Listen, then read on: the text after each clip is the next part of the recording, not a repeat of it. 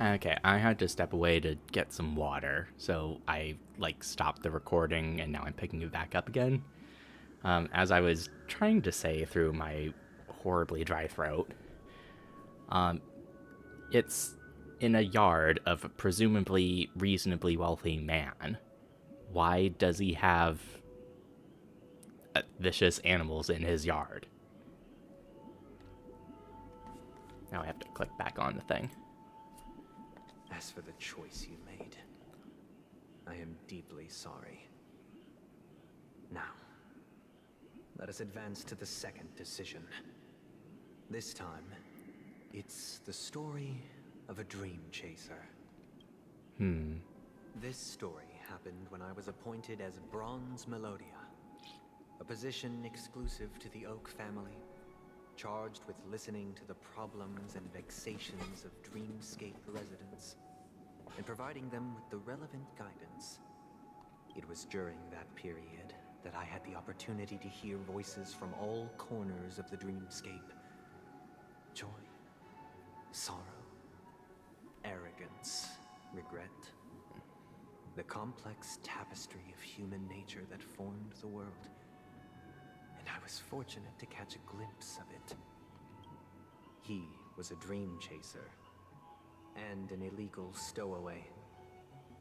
Just like the rest of them, he came to Penacony in search of a better life. Except that, to most people, the price he paid, I suppose you could say it was everything. He told me, I sold everything I could at home. The house, the land, even his 2 children. He said he could not afford to raise them, and that at least they could eat if they lived as slaves. He had a plan in place. He would buy back his children once he had made his fortune, and enjoy Penacony's beautiful dream with them. Alas, his plan to smuggle himself was somewhat clumsy, and he was sniffed out by those pig-headed hounds. After hearing the Dream Chaser's story, I immediately appealed to the Bloodhound family to cease their pursuit. That way, at least he could live peacefully. But I was still too naive to the ways of the world. I did not anticipate that what I thought was a kind gesture would later lead to dire consequences. No. I'll tell you the outcome soon. For now, I'd like you all to make a choice. Will you do as I did, and try to convince the Bloodhound family to stop their pursuit, so that the Dream Chaser may live peacefully and realize his wishes?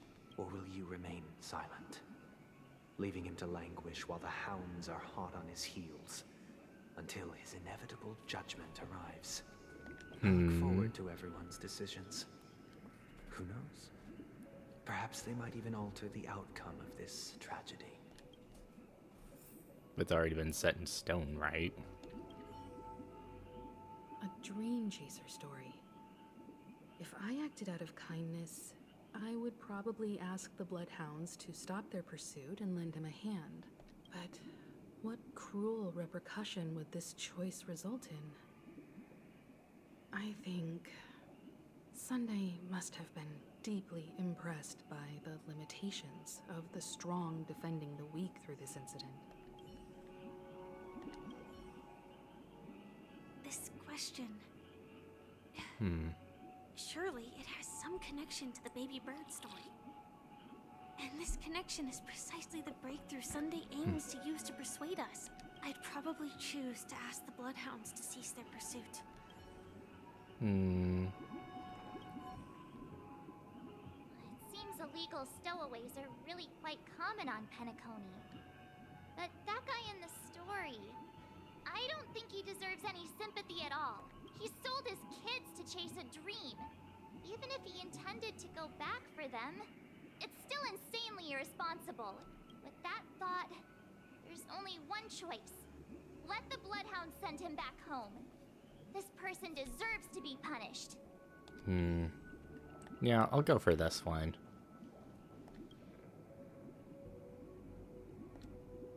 It seems you, like me, are pondering whether a different choice could have led to a better outcome. Sadly, his fate would only be more tragic. Say he never gets caught. He would only die from delirium. The methods with which illegal stowaways enter dreams are unorthodox. Not flawless like the hotels. Living in the dreamscape would be a mere pipe dream. Should he be apprehended? Could the hounds afford to turn a blind eye? The answer is a definitive no. They couldn't bear the resulting consequences, and thus wouldn't dare extend a helping hand. As to your choice, I once again offer my heartfelt apologies. Next comes the third and final decision, and the story this time is my own. This story happened the day I was appointed the Oak family head. At that time, Mr. Gopherwood was the current Dream Master, and as per his wish, we had a private conversation. What surprised me was that the Dream Master had only come to deliver a letter to me. He let me read its contents, and it was a letter from my sister. The letter contained the usual pleasantries, anecdotes from her travels. Nothing out of the ordinary. Just as I started wondering how this letter related to our discussion, the Dream Master began to speak. Do you know who wrote this letter? My sister, of course. But why would you personally visit me to hand me a letter from my sister containing mere trivialities? To help you grasp the full scope of this issue. Do you know where Robin is at this moment? From what the letter indicates, she must be in Caspelina 8, correct? She's touring there right now. Correct. Has she mentioned anything about a stray bullet? A stray bullet? What? A war has broken out on that planet. It is because of this very reason that Robin chose this destination. To spread the word of the Harmony. And to save the lives of that planet. She personally made for the front lines. She hoped to ease the people's suffering with song, and was willing to brave mortal danger to deliver the IPC's medical supplies. Unfortunately, stray bullets show no such compassion. Is she all right? If the operation was successful, she should probably be recovering in the field hospital. By the eon above, the bullet struck her neck directly, yet possibly as a reward for her consistent deeds of harmony, it didn't hit any vital arteries.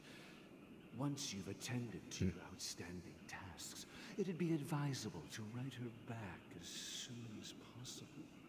Those damned savages! I'll pack my bags right away. My gratitude for bringing this to my attention, Mr. Gopherwood. Now you understand why she always wears such elaborate neck ornaments, don't you? How could this happen? Miss Robin. It's all in the past, so please don't worry. I share this in the meager hope that you will understand the Harmony's limitations and predicament. As grandiose as the strong defending the weak sounds, many times, it is nothing more than wishful thinking. Likewise, I've prepared one last question, one last choice. But rest assured, this choice will not have any grave consequences. So you Because say. this is merely a figment of imagination, a nightmare that has haunted me through countless nights. If you ever had the opportunity to make a choice like I did, would you still support Robin's journey on the path of harmony? Yes. Stop Robin, support Robin. I often feel like I've dreamt of similar scenes on certain nights. In the dream, I see blurry faces. I don't know who they are, but I sympathize with all of them, fighting for survival against some unfathomable force. Their confusion and fear are lucid to me. But I also remember they chose never to give up. Just like Miss Robin. If Mr. Sunday's question leaves you puzzled, you should find the answer from your own experiences with each trailblaze. Dangers and tribulations will surely follow. But would you ever back away? Would you stop March and Don Hung from reaching their next destination? I believe you have an answer of your own in your heart. Yep. Miss Robin's courage is admirable. And here I was thinking she was just another superstar celebrity. But the fact that she's also Mr. Sunday's younger sister? No, I doubt he'd wish harm on his own flesh and blood, no matter how grand the ambition. I can't believe that happened to Miss Robin. The strong defending the weak is a great mantra, but if I had to pay such a price, I don't know what I'd do. We'll just support her, because that's the best choice, in my opinion. I see. I am now aware of everyone's stances. Raising these questions merely serves to illustrate one point. The plight of Penacony cannot be salvaged by the harmony. The true foundation for a sweet dream paradise can only be established through the order where the strong govern the weak. I know the suffering of being tormented, the turmoil of losing your way, how sorrow and even despair set in when matters don't work out. All of this causes me unending pain, because this is not what happiness is at all. We must teach the weak how to live a happy life. And this life isn't some noble propriety that the upper crust preaches, but in definitive terms, a way of survival that belongs to everyone. So what is your definition of living a happy life? Good question. Human consciousness is fundamentally an illusion, a cage known as self-worth. People lured in by this illusion make mistakes, yet still ask that external influences bear the burden. When one mistake after the next permeates the masses, they become impossible to trace. Thus, the amassing of these individual cages culminate to form a prison, a place dictated only by the rule of survival of the fittest. Nature is always accompanied by predation and sacrifice. Its antithesis is known as order. That is what I want to do. Unite people's happiness under the banner of order. They won't need to make bitter choices any longer, nor face the weaknesses of humanity. They can cast aside their primal instincts to build a haven for mankind. So they don't get to be themselves. Simply describing thoughts is far too abstract. So allow me to provide a simple example. As you all may know, there are societal norms like weekends and long weekends that exist on some worlds. During these hard-earned rest days, people are given the chance to extricate themselves from the stresses of everyday life, allowing a certain tranquility to return to their souls. And it is only on these days that people do not have to adhere to the law where the strong prey on the weak. They can live out their lives happily during these brief intermissions. It's just a pity that 2 or 3 days are still too fleeting compared to the span of a lifetime. From where I stand, society's ideal system should be 7 rest days, following Sunday, there should ensue a second, a third, and indeed an infinite procession of Sundays. Ugh. This should be the face of the new world.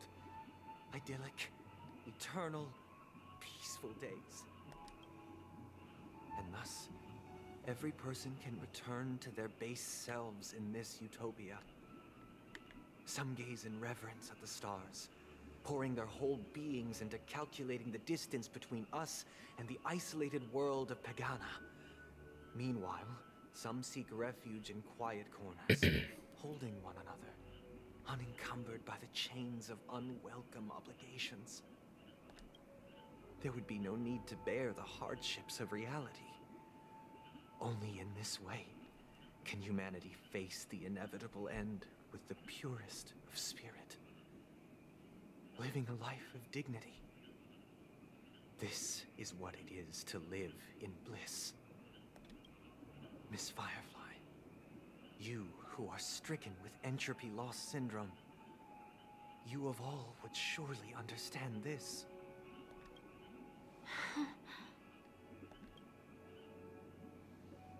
It sounds like a flawless theory. But what is the price to attain all this? The cost is minute, merely a personal and eternal sacrifice. If this paradise is to be maintained for everyone, someone must remain trapped in solitary wakening until the end of the cosmos. Awakening. Which means that this so-called paradise is still a dream. Stepping into this paradise means forsaking reality, correct? It is not forsaking, but transcending. Flesh, blood, sorrow, weakness. If the physical is the root of spiritual suffering, it is only logical that we defeat it. But in this supposed bliss, people won't have defeated their demons. The chance to overcome their tribulations would be forever lost to them. In other words, it is an escape. That's another way of understanding it. But there is no shame in escape. On the contrary, the seeds of escape exist in everyone's hearts. Don't you agree, Miss Firefly? And as to why we sleep, it is because we are afraid to awaken from our dreams. But this is not in conflict with the grand plan. Only in acknowledging this can we truly understand the frailty of human nature, and from there, show compassion and protection.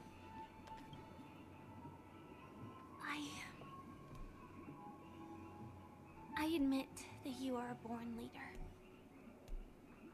Your perspective on humanity brims with pessimism. Yet you express compassion for all. Equal compassion Even for when all. your heart pities them.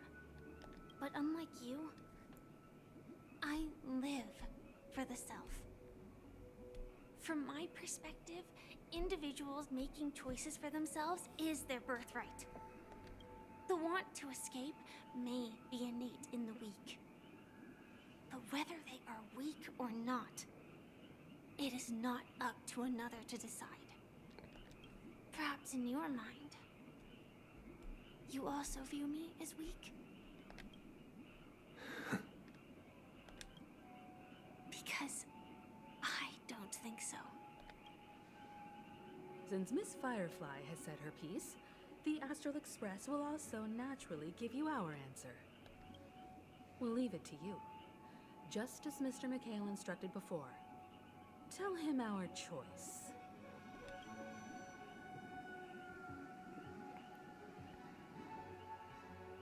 Oh? Oh, this is back when they checked the bubble out. What is this place? Does this place ring any bells, Misha? Oh, Himiko can see Misha.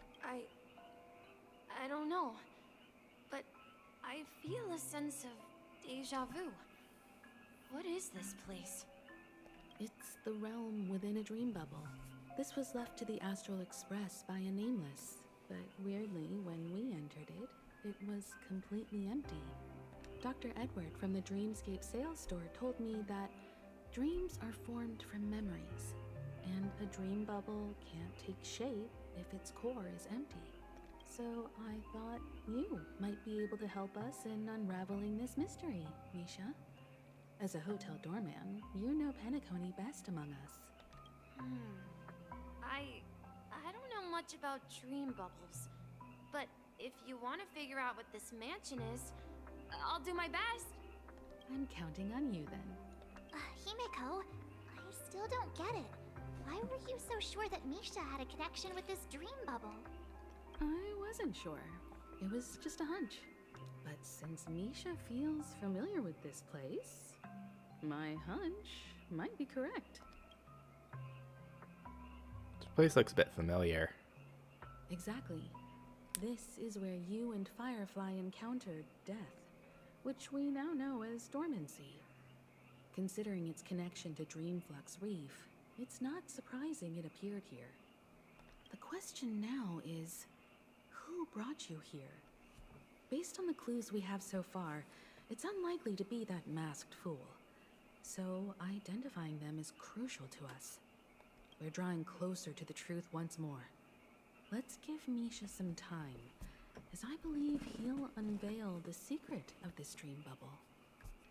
All right, but there are doors all over the place.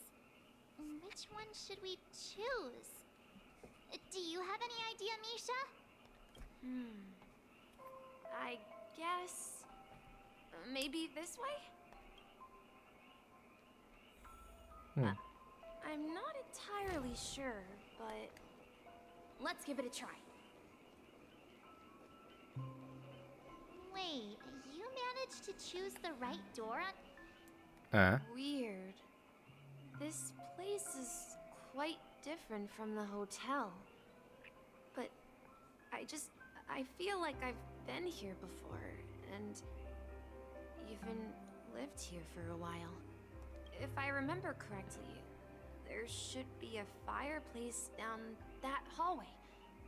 Clocky and I used to sit by the fire, listening to the crackling of firewood. And the room on the other side was the toy room. I loved spreading out all the toys from the box on the floor and making up stories for each of them. Hold on. This doesn't make sense. Didn't I grow up in Dreamflux Reef? So, what is this place? This could be a case of amnesia. But don't worry, Misha. It's common for everyone to forget certain aspects of the past. Those memories haven't vanished. They're just lying in the depths of your mind. We can surely get them back. Since this place seems familiar to you, why don't we explore a few more rooms and see if you can recall anything more? Yeah, then let's check out the rooms I just mentioned. Tick-tock. Tick-tock.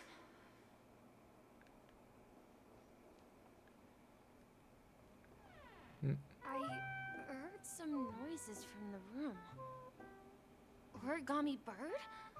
That's a friend of mine. You and Origami Bird are friends? Yeah. It's a member of the Compass crew, just like Clocky and Miss Mirror. And there's more than just one Origami Bird. They are a big family with lots of brothers and sisters who look the same. They follow Miss Mirror's orders and handle all sorts of jobs on the ship. They're the best sailors. Sailors? Can Origami Birds be sailors? Could you tell us more about the compass, Misha? The Compass is a ship bound for the New World. Clocky and his partners travel through layers of fog to the depths of the sea. Whenever there is danger, Clocky will use a compass and guide the ship in the right direction. That's a great story. But in the Penacony cartoon, Clocky and his partners have always lived in Dreamville and never ventured out, right? Huh? Oh. That does seem to be the case. Weird. I clearly remember Clocky arrived in the New World in the end. Perhaps Clocky has a hidden past.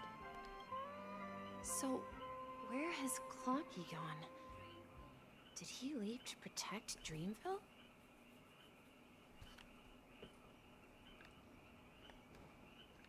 And to this side. Mikhail, that's the name. Now we all know him as the Watchmaker. So, who is he talking to? Do you know anything about it, Misha? I'm sorry. I don't know much about the Watchmaker. But, Mikhail... Anything special about that name? Mikhail is Grandpa's name. Grandpa? Do you mean you're the Watchmaker's grandson? But we haven't heard anything about the Watchmaker having descendants. And the name Mikhail is not rare. Perhaps it's merely a coincidence. Could you tell us more about your grandpa, Mikhail? Yeah, sure. He was a seafarer who fearlessly ventured into mysterious seas and storms. He was always on the sea and had lots of friends who accompanied him on his travels. He didn't want me to call him Grandpa because that would make him sound old. He believed he was still young. The name Mikhail was given to him by his parents, Mihaly and Elise, both renowned seafarers. Every time he came back, he'd share his logbook with me and tell me about his adventures at sea. I want to become a great adventurer, just like him. It appears that the Seafarer has nothing to do with the Watchmaker. So, perhaps it's just a coincidence? So, where is your grandpa now? He went off on a new journey. And it's been quite a while since I last saw him. I think I hear the sound of water. You once mentioned there's a magnificent fountain up ahead.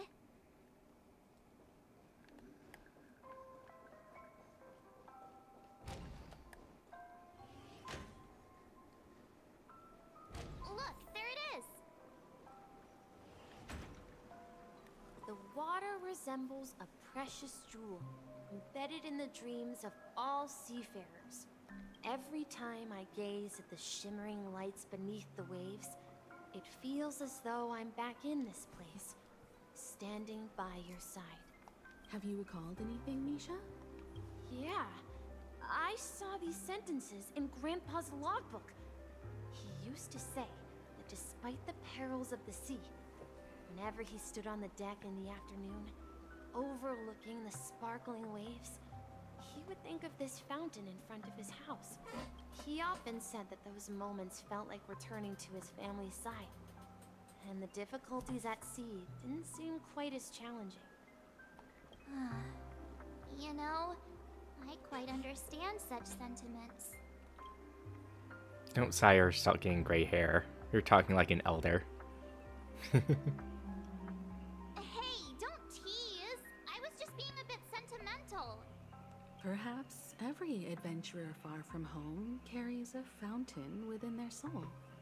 Even though the other side of the sea remains shrouded in the unknown, the fountain in front of his house serves as a compass, leading him back to his cherished ones. Yeah, while Grandpa was at home, we would stand by the fountain and place the compass, a toy boat that I made, into the pool. Back then, I would ask him when I could go on adventures like him, and he would always laugh and say I was still too young. It seems this Mikhail is truly a seafarer and has nothing to do with the Watchmaker. Yeah. Based on Misha's recollections, the scenes in the dream bubble appear to be his childhood memories. But this raises more questions. According to Misha, he was clearly born on an oceanic planet and led an ordinary life, with no connection to Penacony at all. Could this be some sort of metaphor? Perhaps the sea refers to the memory zone. I'm sorry. I don't know, but my memories keep pouring out uncontrollably, like water flowing from a fountain. Perhaps I'll remember more things if we go further. I wish to share your burden. Something very important. We're going to the opposite side, right? No, we should turn left here. Huh? Something feels different about this place. This is it. I remember this corridor. I want to go too. Up ahead is Grandpa's study. It was in that room that I saw him the last time. Will you come back? We've lost our way out of the fog so many times. Across the ocean is our destination.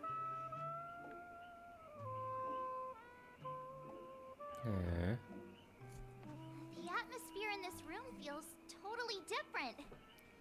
Misha! You finally come! Clocky, you're here! Yeah. This is the room where we first met each other. Are those books on the bookshelf logbooks left behind by that seafarer? Yeah. Whenever he came back, he placed a logbook on the bookshelf in his room. They contain records of his expeditions to every corner of the world. He described our world as a fountain. At some point, the sea started to gradually swallow up the land where people lived to ensure that everyone had land to settle on. He had to continue exploring the sea and search for the source of the rising seawater. On that day, he called me to his study, telling me that he was embarking on another journey. However, I could sense the gravity in his expression. It was the same look I had seen on my father's face before his final voyage. I asked him if I could go with him, but he said that my adventure lay elsewhere. He told me to stay home and patiently await a certain sound at the door. Yeah, there's sirens going off in the distance. Cool. What sound? He told me about a vast ocean in the sky. An ocean of stars. He spoke of a train that transports children with a desire to venture far away, traversing the sea of stars without ever stopping. He said that he knew the crew on the train, and that he had asked them to take me along. He said the journey I had always dreamed of would start there. A train? Could it be? It's the Astral Express. I remember now. Grandpa's friends are a group of nameless who came to this world to resolve a disaster caused by a star. Then, he gave his pocket watch to me. It was his cherished treasure, appearing in every one of his adventure tales. He explained that difficult times were ahead, but assured me that the watch would guide me. He said, as long as I kept moving forward, I'd eventually reach my desired destination.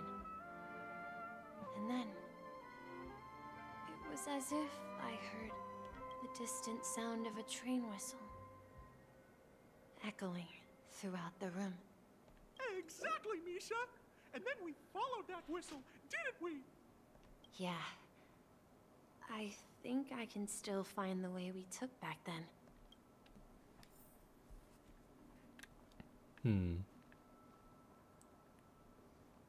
Let's... This is the dream jigsaw, right? So we're supposed to find the exit. But where can we find the last piece? Do you remember? You said you obtained a mysterious shard Oh, when you yeah. stumbled into this place. Check the inventory. Hey, the shape seems to match. So this shard is also connected to Misha? Looks like we're just one step from revealing the truth. Let's get to the other side and investigate. Oop.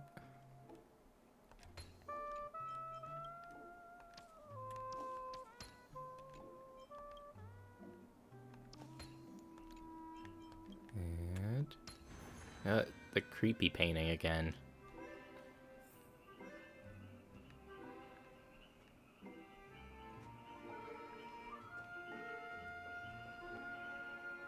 Across the ocean is our destination.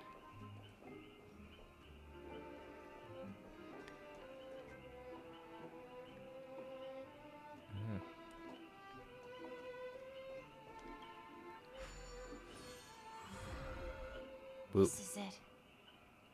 This is my room of clocks. While I spent my time waiting for Grandpa to return from his voyage, Walter gave me this workshop, and it became my secret base. Here, I learned how to repair clockwork and gears, out of my fondness of precision mechanics. In my dreams, I was the captain of the compass, embarking on adventures with my companions, Clocky and Miss Mirror, in search of the new world. I was born and raised here. So, this building in the dream bubble is your childhood home? Yes, but not exactly. To be more precise, this dream bubble itself is my home. Huh? Looks like you've remembered everything now. Wait.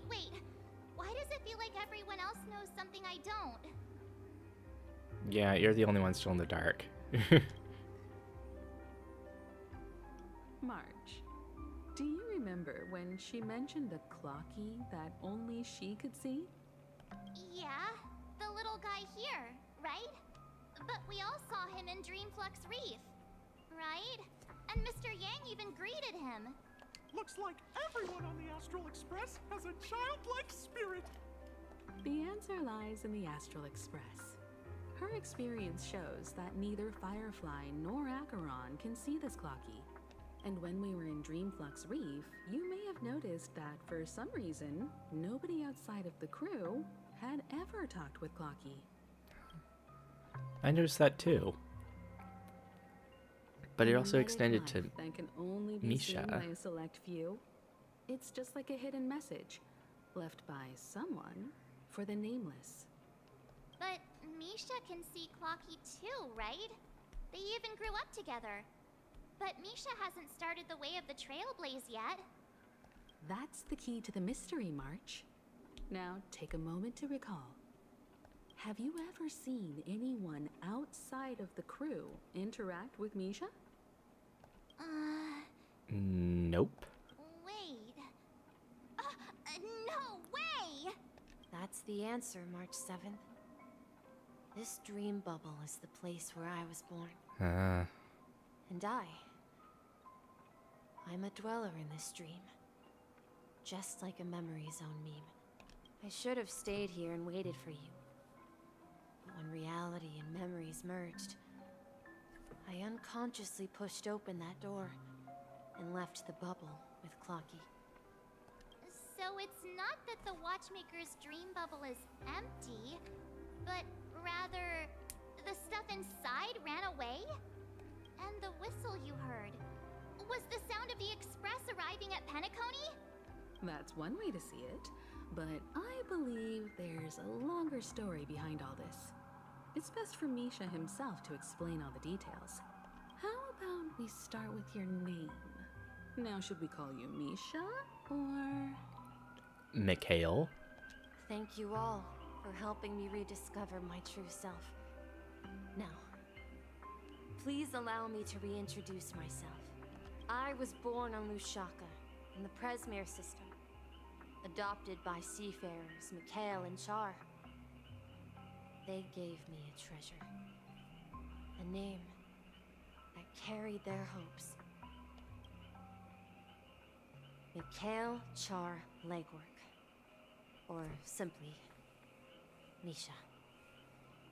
If you prefer, you can call me by a more familiar name. The Watchmaker. So, you're the Watchmaker himself? Unfortunately, that legendary figure is no more.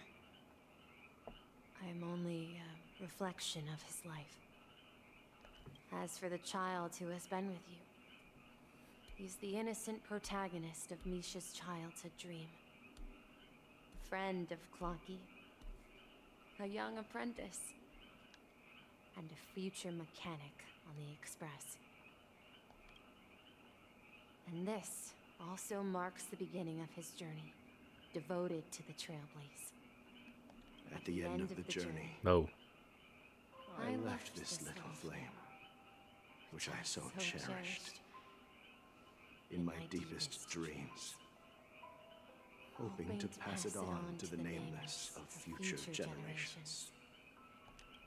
However, he somehow left the dream bubble and forgot all about his task.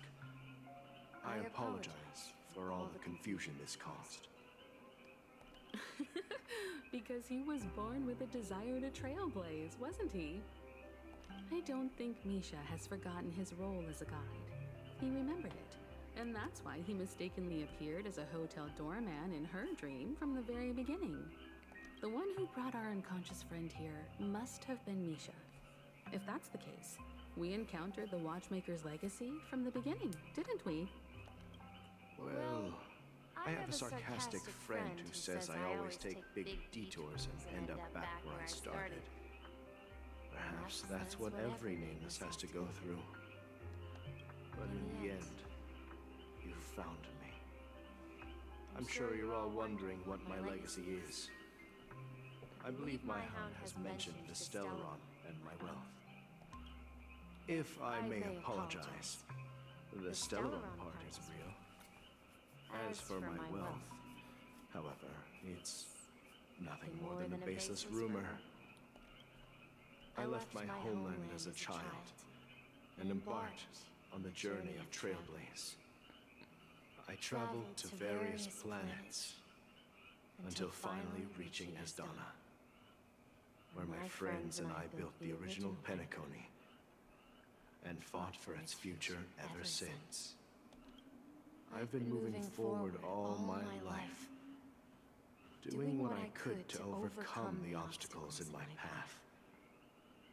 But ultimately, my journey reached its end, and I left behind no possessions worth entrusting.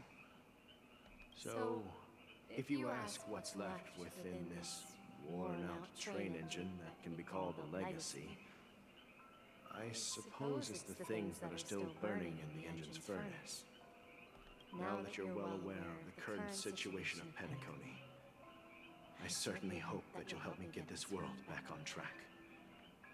But I'll leave that decision to you, for the path of Trailblaze is never paved by others. All I have for you is a story and 2 gifts. I want to give you my pocket watch. It has accompanied me throughout my long journey, guiding that naive child forward, and has been blessed with the presence of so many great people up to this day. And my hat, too. The one who navigated for me placed it on my head and planted a fanciful thought in my mind. The Trailblazing expedition will never end. Now, it's time for you to make your choice. Once you've made up your mind, open that door and enter the long dream of an old man. I'll be waiting for you at the end of this corridor of time. All right, everyone. Let's make a decision. Although I don't think anyone will have any objections. I'll choose the Trailblaze. Of course. We've come this far. Surely there's no other option than moving forward. In that case, it's unanimous. Then let's proceed together to the end of this dream and tell Mikhail our decision.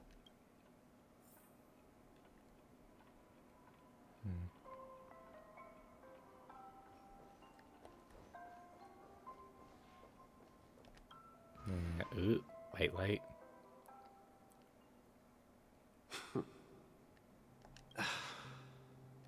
Mikhail, where are you going? Someone has to step up and save Lushaka. So why can't it be me, Misha?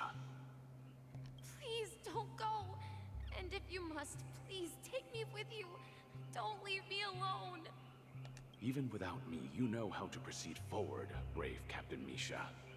The compass is waiting for you.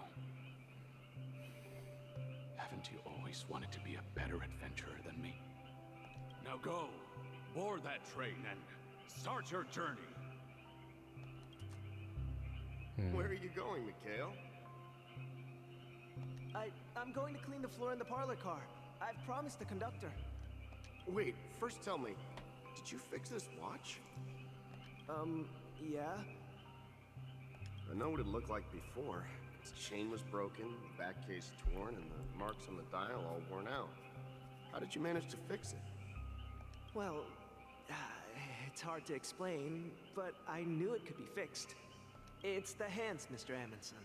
Its hands were intact and pointing in the right direction, so I knew there would be a way to fix the rest. I see. You'll work with me from now on. Haven't you always wanted to tinker with this train? You're its mechanic now. As for the conductor, I'll do the talking.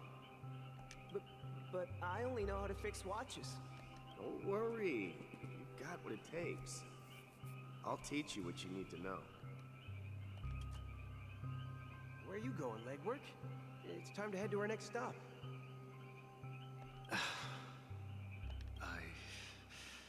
I'm staying in Astana with Rosalina and Tiernan.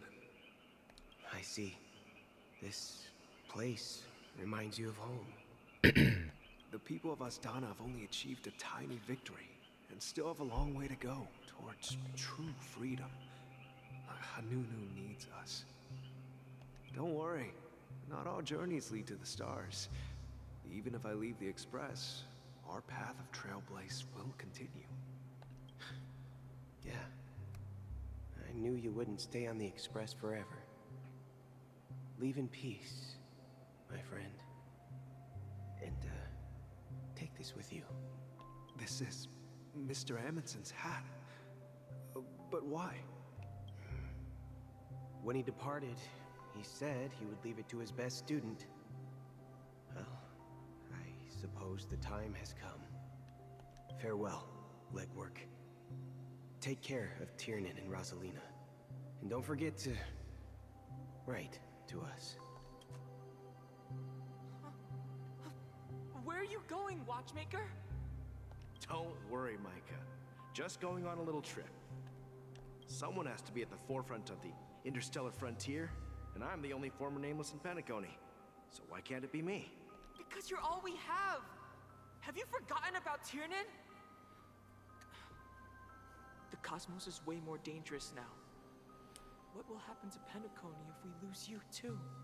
But what will happen to Penacony if we don't find a way out? Tiernan. How could I ever forget him?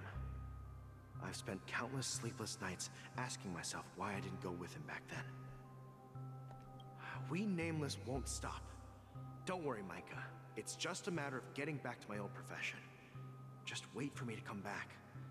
But if, and it's a big if I don't come back in one piece, then you'll become the next Watchmaker. Ah. Where are you going, old man? Oh, you're here. Answer my question. What are you up to? Relax, Gallagher. I just came up with a great idea. Wanna hear it? Oh, come on! Aren't all your ideas just ways to get yourself killed? I may be blunt here, but you're the last remaining hero in Penacony. If you die too, the secret of the Stellaron will go to the grave with you. Yes, I'm afraid there's no way out in Penacony, so I'll have to consider alternatives beyond Asdana. We'll organize a festival using the Watchmaker's legacy as a facade, and send invitations to the entire cosmos to gather people here. So, a desperate struggle against the family? Desperate? Don't we have you here, my friend? This task is challenging, but what hasn't been challenging for us along the way? Well, whatever you do, remember, make sure to send an invitation to the Astral Express. Misha! Where are you going? Oh, it's you, Clocky. Take me to Dreamflux Reef. Last night, I had a long dream about the day we met. I want to write down that dream. Write it down? Why? Oh, so I won't forget it. Do you remember how you got your name, Clocky? Of course! You told me that when you were a kid, you lived in a room full of clocks. Those wall clocks and pocket watches grew up with you and were your best friends. Yes, but what I didn't mention was there's a funny misunderstanding behind it. I was a kid, and there was always a special pocket watch in my memories. It was with my grandpa, guiding him on his sea voyages and leading the way in his every adventure story. I wanted to have a pocket watch like that too. And that's when you appeared in my dreams. Yeah. Every night, we boarded the compass and set sail together. But you know what? It wasn't until the day my grandpa gave it to me that I realized it wasn't a pocket watch at all. It was a compass. So your name should have been Compassy. And the watchmaker is just a nameless. Oh. We've arrived at Dreamflux Reef. So, where to next? You know, Clocky, I don't think I'll be going anywhere else.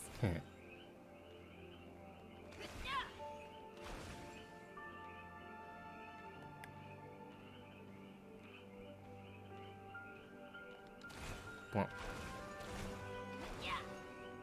Rest under the moonlight. I've traveled far enough, and it's time for a little break. Oh. So, we'll set out again. When you're rested? No, I'll stay here. And then, this is where it ends.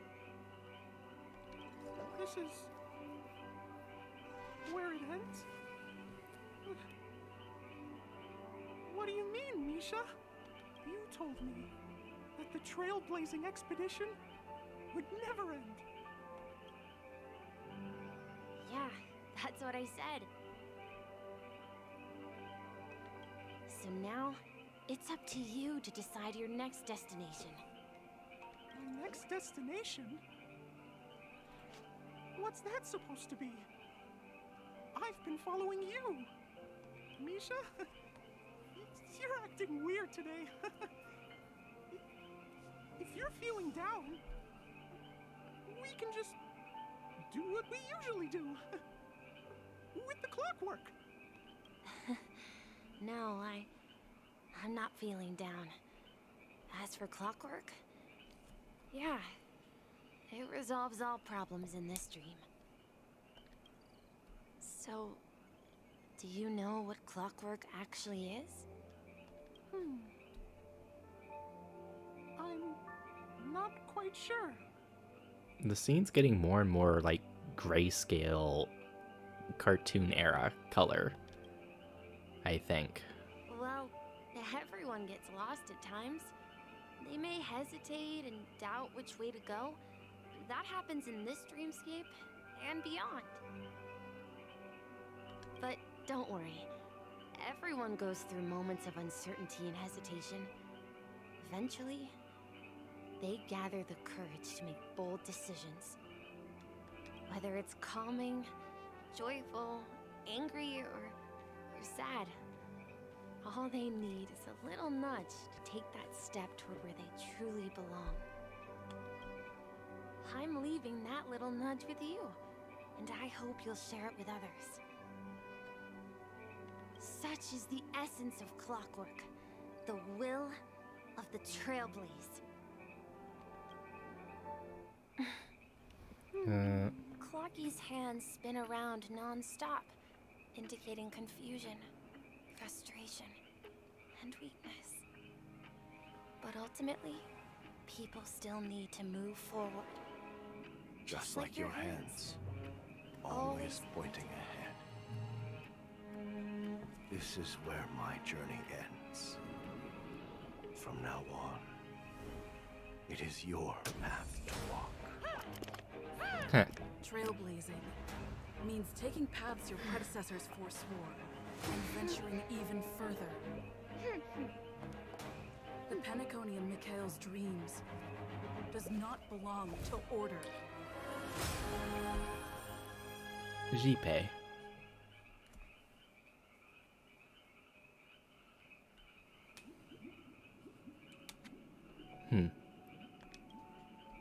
I can't believe that Eon would cast a glance at Penacony at a time like this.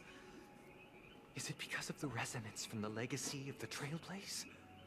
Or perhaps the bond between you is so strong that it even impresses an Eon? Well, there might be another possibility. Perhaps they want to witness, on behalf of the fallen Eons, who will hold the future of Penacony. If that's the case, on behalf of the Dream Master of Penacony and the 107,336 members of the Oak family, I'm extending a formal invitation to all of you. I'm cordially inviting you all to the Penacony Grand Theater to participate in the upcoming Charmony Festival. And, of course, you won't be in the audience, but on center stage. Since the future of the Stellaron, Penacony, and even the entire cosmos is at stake, let's draw a conclusion there. In all fairness, if you truly believe in Akavili's path, then show me their courage and determination.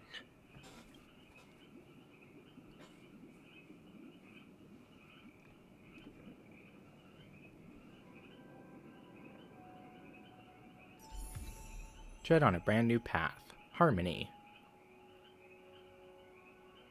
Now there's Gallagher as the Hound, I guess. And there's the portraits in the background of all the characters.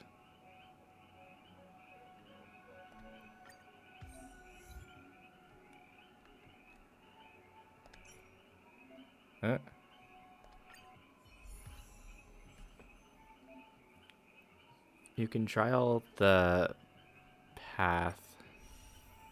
Oh, cool. Joint forces.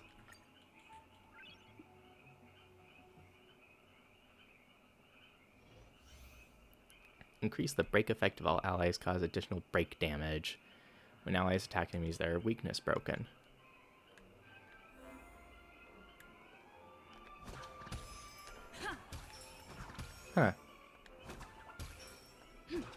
That's cute. Ability details. Bounce. Dance. Start in the next battle, increase all allies' break effect. Please stay tuned. Please stay tuned.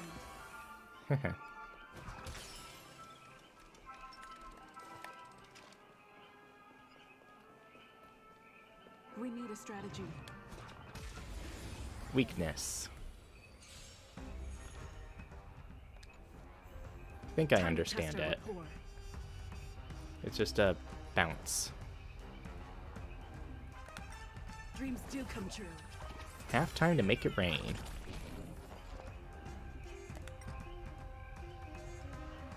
Ready for another? It's time.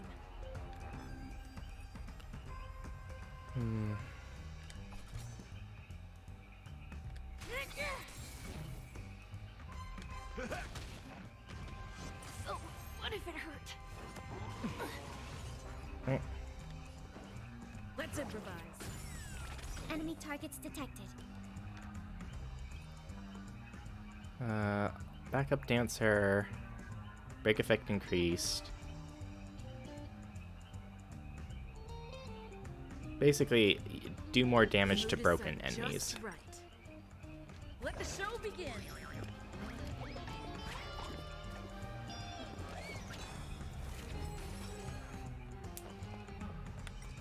Yee.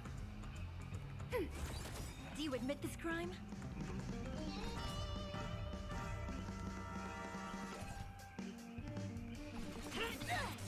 That's all you got? Damage type reduce the turret's toughness. The more toughness reduce, the higher the damage will be dealt. Enemy data secured. Net markers activated. Time for a good old So it'd be better to use it before they get broken, right?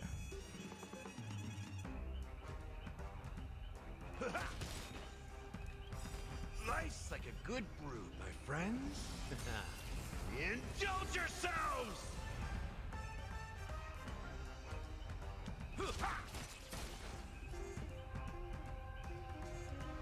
Let's just Order of the Ten Lords. use it. Execute the Marastruck. Super break. Dreams do come true. Super break. That's an interesting effect. Freebie stuff get.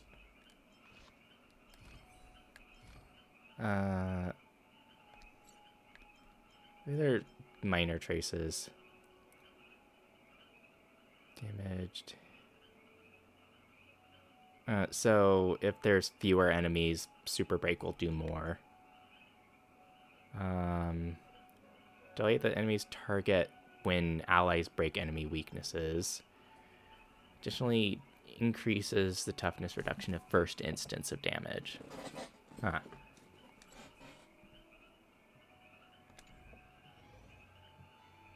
Speak with your companions and sort out the information you have. Does that mean he wants to fight us during the Charmony Festival? I'm afraid so. This is weird. Aren't Arc villains usually plotting some dirty conspiracy in the end? But he actually said something like, "In all fairness." Could it be that he's underestimating us? Well, in my opinion, Sunday is deeply committed to his own philosophy and genuinely wants to prove that the Order is right. I sensed a strong conviction and a desire for dominance in him. Maybe he won't accept the outcome unless he wins fair and square. That's why he'll give it his all in the upcoming battle.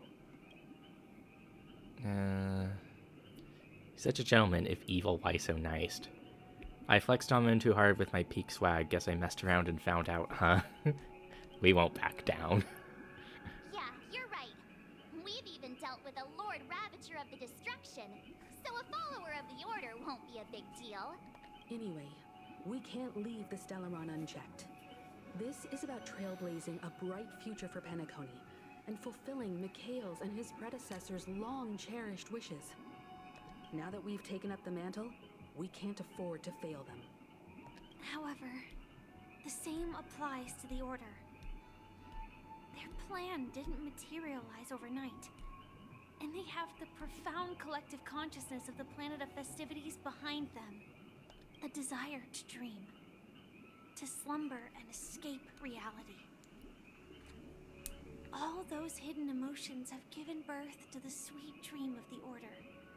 They've harnessed the will of an entire planet to create an eon.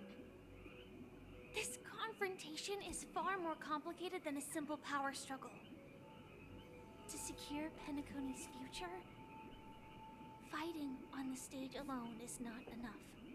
What do you mean? Are you not coming with us? I believe Firefly is trying to say that she's heading off to another battle.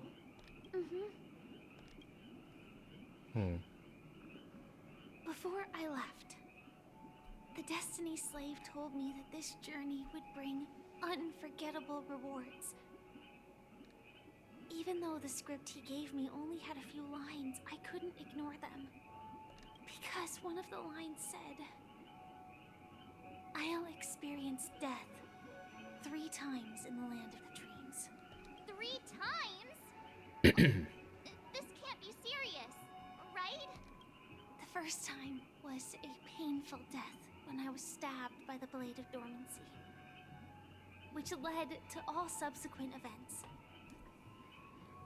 The script will always come true,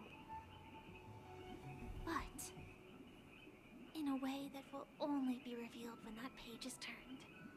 So now I've understood the meaning of my second death. And I am prepared to face it. If all goes well, my efforts will provide crucial support for you. Only by achieving victory in this battle can we secure a future for Penacony. And only then, my third and final death won't come true in the most terrible form. The most terrible form? Does that mean... The true death. Where everyone in Penacony loses themselves completely in the eternal sweet dream of the Order. We must do everything we can to prevent that. Have you made up your mind, Firefly? Yes. Otherwise, I wouldn't be here. Thank you again for your assistance for the Astral Express. May we meet again, in reality. Yeah. Farewell, everyone. May your trailblazing expedition never end. Cutscene. And I'm guessing this leads to the boss battle. I dreamed of a scorched earth. Everyone, are you ready? A new shoot sprouted from the earth. It bloomed in the morning sun and whispered to me. Like fireflies to a flame, life begets death. May we meet again in reality.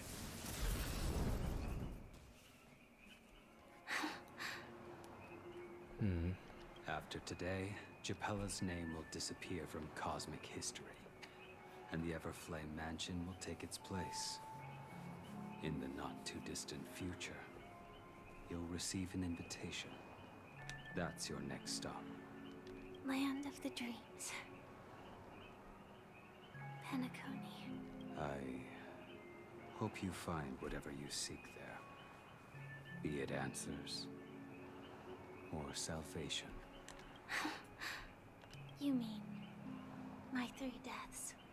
Silverwolf told me about it. It's such a shame that it's not part of my script. Well, I want to live.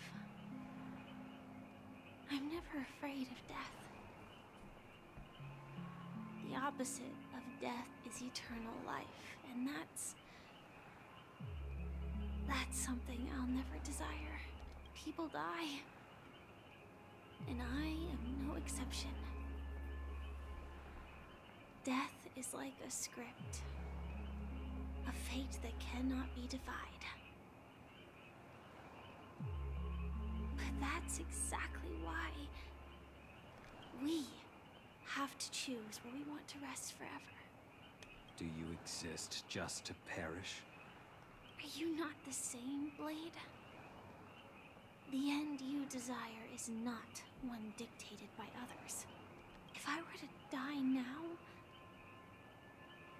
I would only be a weapon. I believe I should die as a human.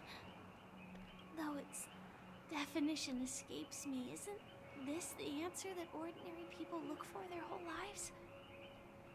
A name that can be carved onto their tombstone. A tombstone that belongs to me once bore the inscription, Glamoth's Iron Cavalry. Then it changed to Stellaron Hunter. But one day, it will bear the name Firefly. And all the brilliance she showed at the end of her life.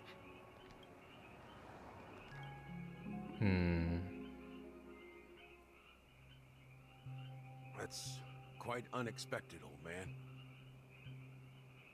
Who would have thought your crazy plan would actually work? Do all you nameless fools just act on a whim? I can sense that this false sweet dream is coming to an end. The nameless may be young, but they had the ability to achieve this goal. Just like you did in your time. It's a shame you won't be able to see it firsthand. Maybe I won't either. Once something fictional is seen through, it ceases to exist. Yeah, not just those nameless. Even Mr. Wings is just like you. Stubborn, won't listen or give up, no matter what. Well, fate is unpredictable, I guess. If we weren't bound by those cursed paths, maybe we could have had some good talks. But in the end, we managed to do it. Now we can find solace. Remember how those idiots cursed us? They said, "Go to hell, you worthless traitors." Well, I don't know if they really meant it, but if longing for freedom means going to hell, then I'll be joining you soon, you fool. Let's get together and have supper again in hell. Oh, I almost forgot. There's one more thing. Here's to you. A glass of hello and goodbye, Trailblazer. To the imperfect tomorrow. It's warm here, isn't it?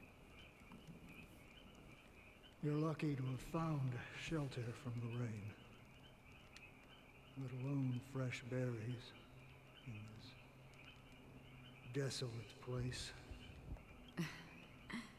I was just following the scent of life. It's particularly strong in a place like this. It's a shame these berries don't have much flavor. Seriously? In case you didn't know, this fruit is pretty juicy. The only downside is that when you chew it, it becomes extremely spicy. Have you lost your sense of taste? I can still taste certain things, like a faint sweetness. Before coming here, I stopped by a place called Orkron. It had barren cliffs and nights lit by bonfires. Burgundy snow would fall from the sky, and when it landed on my tongue, it tasted like raspberries. The flavor wasn't exactly sweet, but it left a lasting impression.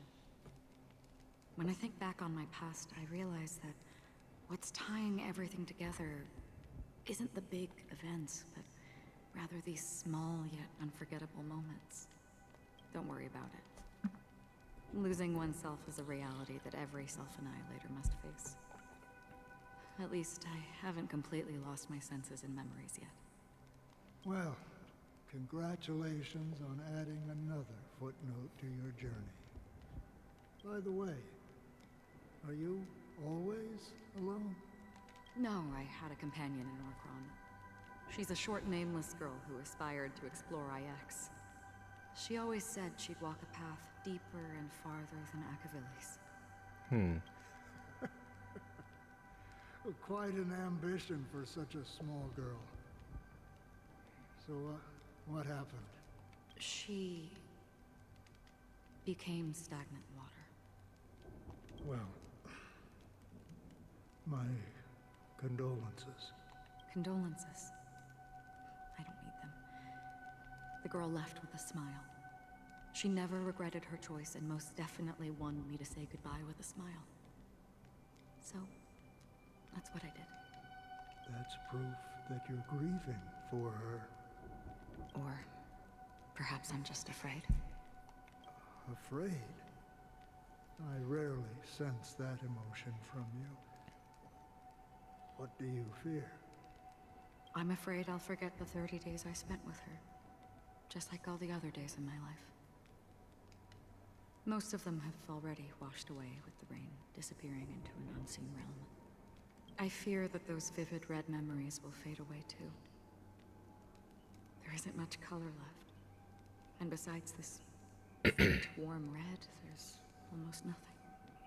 Hard to imagine. A ranger accustomed to bloodshed, destruction, and chaos finding warmth in the red color. Because I have experienced this warmth many times. Long ago, I promised someone that I'd bring it to more people. And that for every remaining moment of my life, I'd strive for a better ending for all. As long as this red color still lingers, I have a chance to fulfill that promise. It represents a burning fire, a blooming flower, the berries in this cave, and life itself, fleeting yet still dazzling. In the end, it will lead me beyond the horizon of existence. And on the other side, I will cut off nihility. The one blessed by the sleeping and shapeless is considering how to kill them. That's truly pure nihility. But you're right about one thing. After spending so much time near this stagnant water, only when I look at this vibrant red fire do I realize that I'm still alive. When will this rain ever stop? Perhaps when the sorrows of the departed have finally quieted down, the sky will clear up. 4 hours. Have you heard of a planet named Biari Scamandros, Don Hung?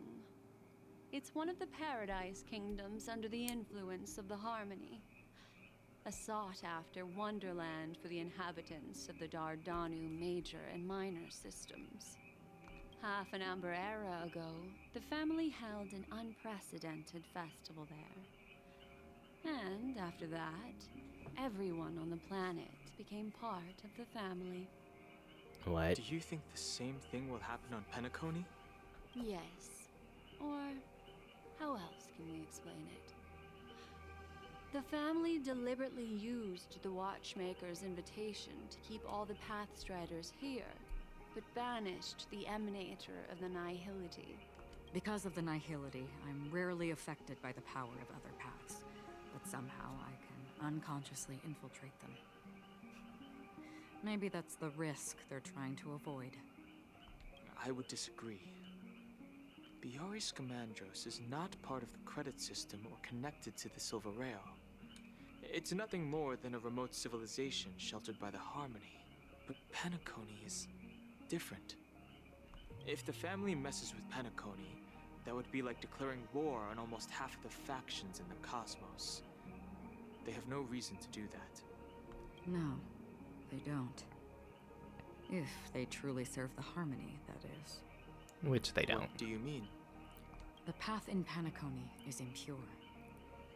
The harmony here has impurities. Do you remember the ancient swarm disaster?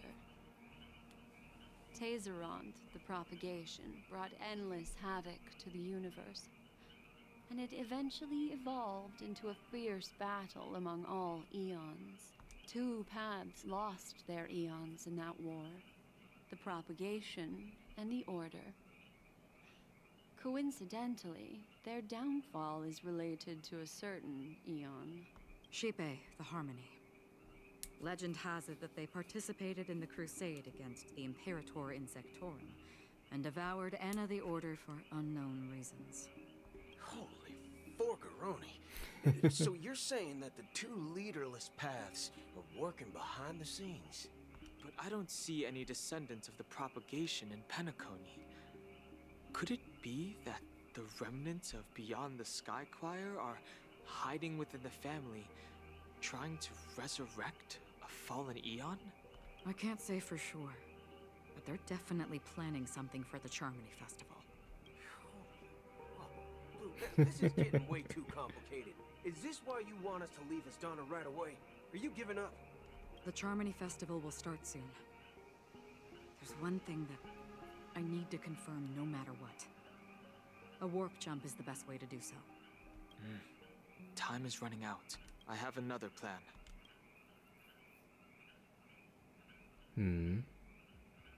Hold on. Are you thinking Oh boy. of using the Jade Abacus of Allying Oath? Exactly. The assistance from the lawful Cloud Knights would be enough. Think it over carefully. You can only use that once in your lifetime. I have considered it thoroughly. My companions are... they're also once-in-a-lifetime treasures.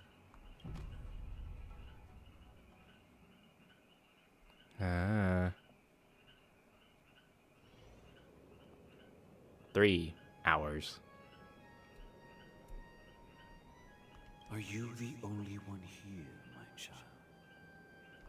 The Nameless is quite the diplomat. Our secrets have spread like wildfire within the family. And IPC starships are gathering towards Astana. This is a crucial moment for us. So, where is the chosen one who harmonizes the varied sounds? What do you mean, Master? I'm right here in front of you, aren't I? You know, she was supposed to be the star of the Charmony Festival. In our plan. But the plan has changed. As her brother, I know she doesn't want to sing for the Order. So I'll take her place. You've always been wise beyond your years. I'm sure you understand the consequences of your choice. The music is If you nice. consider this a betrayal, well, there can't be two suns in the sky. I'll step up and take down the other sun if necessary. Do you believe in karma? If karma exists, then everyone has their own karma. You have yours, and I have mine. And my karma has nothing to do with you, Mr. Gopherwood. All right. Since you're willing to sacrifice yourself for her, I'll grant your wish. Well, the compromise came sooner than expected. Why? You and your sister were born as twins of the Order. And one of you is destined to follow this path to the end. Is this part of your plan? Of course. You're still as clever as you were when you were a child. The opening is near. Go, my child. Seize the power of the harmony and reveal your karma. I have one final question, Master. Why did you choose to bring the Order to Penacony? Wouldn't it have been better to choose a desperate world instead of a city filled with hope and dreams? Why? It's for justice, my child. If we lose justice in our hearts, we'll make the same mistake as the Harmony did. So, it's not you who manipulates the dreamscape with the Stellaron, but... The Stellaron to you. That's where our conversation ends. Go ahead. The 107,336 souls of the Oak family have dreamed of this moment too many times.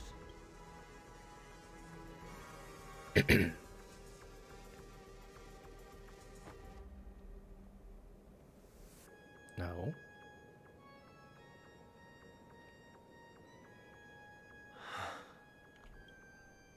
I shall ascend to the heavens, becoming the scorching sun, bathed in my light. Oh dear. My people shall flourish, while all evil shall be eradicated. 2 system hours. This is the interior of the Penacony Grand Theater. It's quite exhilarating to be flushed into the air by Soulglad. But why is the venue still closed when the Charmony Festival is about to start? And not only that, the entire theater is eerily quiet. No audience, no staff, no one around. Looks like it was a flop at the box office.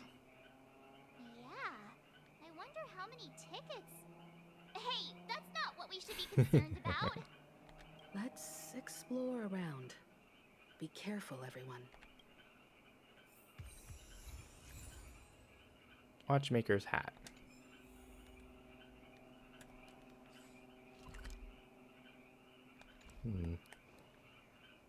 I feel like we'll have to explore a whole thing.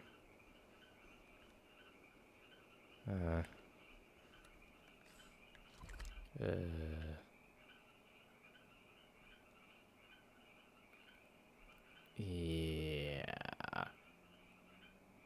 There's going to be a lot of traveling.